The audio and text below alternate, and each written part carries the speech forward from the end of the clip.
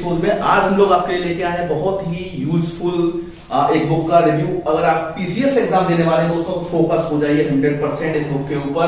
RO ARO आगामी exam और PCS के लिए 110% ऑथेंटिक बुक, मतलब ऐसे प्रश्न जो डाटाबेस होते हैं और जिन्हें हमें दुनिया भर में ढूंढकर भी प्रश्न नहीं मिलते, एक ऐसी रूप से एक तरह कलेक्ट कर दिया। और सबसे जो आइडियल बात है दोस्तों कि वो है इकोनॉमी, एक ऐसा सेगमेंट जिसमें सबसे ज्यादा कंफ्यूजन रहती है स्टूडेंट को, क्या पढ़े क्या ना पढ़े। आज इसी कंफ्यूजन को दूर करने का हम लोग कोशिश करेंगे, तो बने रहिए हमारे साथ। शुरू करते हैं बिना किसी देरी के।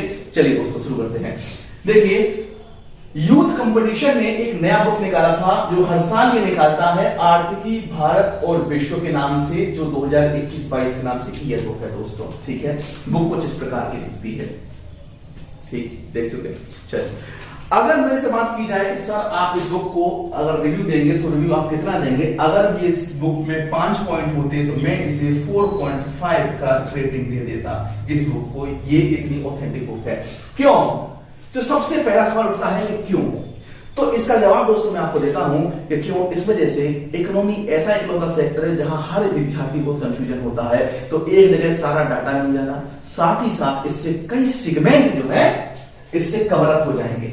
ठीक, आवश्यकता क्या है? आवश्यकता ये है कि अगर आप बात करते हो इकोनॉमिक डाटा की, तो इकोनॉमिक डाटा में जैसे कि नेशनल इनकम हो गया, बजट हो गया, इकोनॉमिक सर्वे हो गया, बहुत सारी नई रिपोर्टें हो गई, तो उन सब के लिए आपको अलग अलग कंटेंट लेने की जरूरत नहीं है, एक ही जगह आपको मिल जाएगा।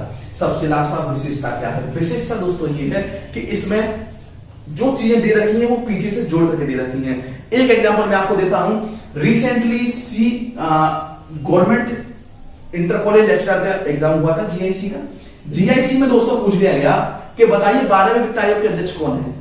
अब हमने यहाँ पर करंट अफेयर का कोई बुक पढ़ते हैं तो 14वें और 15वें याद है, ठीक है, एनके सिंह जी, और 14वें वित्त आयोग के अध्यक्ष। लेकिन इस बुक में जब भी आप वित्त आयोग देखोगे तो उसमें पूरी लिस्ट दे रखी है, और उस लिस्ट से अगर गो थ्रू आप हो गए तो 12 में आप लगा देते। इसका मतलब बेसिक के साथ चीजें दे रखी है, पीछे से भी अगर कोई योजना रिलेट करती है तो उसमें पीछे का भी डाटा दे रखा है। ये इसकी विशेषता है दोस्तों। साथ ही साथ केवल इकोनॉमी नहीं, बहुत सारे सेक्टर, जैसे कि अब इन सेक्टर्स की दोस्तों बात कर लेता हूं, तो सेक्टर्स इसमें क्या क्या कवर हो जाएगा आपका, जैसे वन हो गया, ठीक, खनिज हो गया, ठीक, इसके साथ रिपोर्टें हो गई, जो भी रिपोर्ट रिसेंटली आई हैं, और कृषि हो गया। ये इतना मिसलिनियस सेक्टर हो गया चारों का चारों, कि ये सेक्टर केवल इकोनॉमी में नहीं, इसके साथ साथ ज्योग्राफी में खनिज आता है, खनिज का डाटा पूछा जाता है दोस्तों, तो ज्योग्राफी में आता है।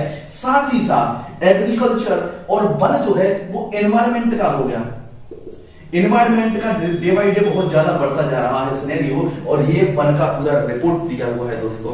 वन का इंडिया ही नहीं वर्ल्ड का भी साथ में, कि इंडिया में कितना परसेंटेज है, कौन राज्य आगे है, कौन राज्य पीछे है, साथ ही साथ विश्व की स्थिति क्या है, ये भी इसमें बताया गया है दोस्तों। तो ये बुक का आप विशेषताओं के बारे में बात कर लिए हम। और देखिए, नेशनल इनकम का पूरा डिटेल। अब आप नेशनल इनकम पढ़ते हैं तो नेशनल इनकम का फॉर्मेट पढ़ लिए कि जो है, देखिए इस खाते पैसा यहां आता है, इस खाते पैसा यहां जाता है। नेशनल इनकम जब पढ़ोगे ठीक, तो नेशनल इनकम में रिसेंट पोजीशन क्या है तो ये तुरंत आपको पता चल जाएगा। और 15वें वित्त आयोग के बारे में वित्त आयोग बता चुका किस तरह से आपको पढ़ना है। नीति आयोग की जो भी अभी इसका गठन हुआ, इसके अध्यक्ष कौन है, इसमें क्या क्या पदेन अध्यक्ष हैं, साथ ही साथ ये योजना कौन सी चला रहा है, पूरा डिटेल इसमें दे रखा है दोस्तों। बजट अंकटाट मतलब इन्वेस्टमेंट रिपोर्ट जो वर्ल्ड लेवल पे आती है, वो इन्वेस्टमेंट रिपोर्ट यूएन का अंकटाट संस्थान है, उसका पूरा डिटेल दे रखा है, चैप्टर से बना रखा है। बजट इकोनॉमिक सर्वे, कहीं भटकने की जरूरत नहीं है, एक ही जगह सब कुछ मिल जाएगा।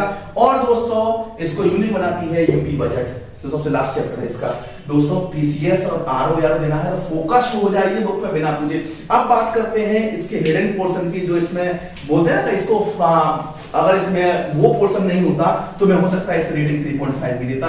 वो पोर्शन है दोस्तों इसके हर चैप्टर के दिए हुए क्वेश्चंस।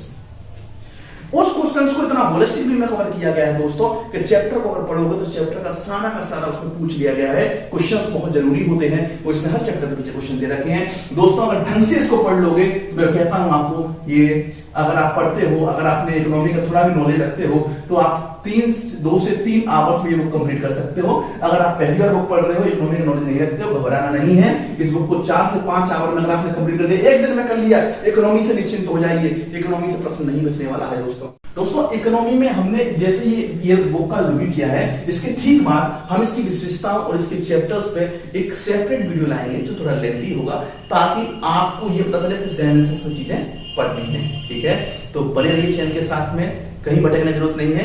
मिलते हैं अगले वीडियो में, तब तक के लिए जय हिंद।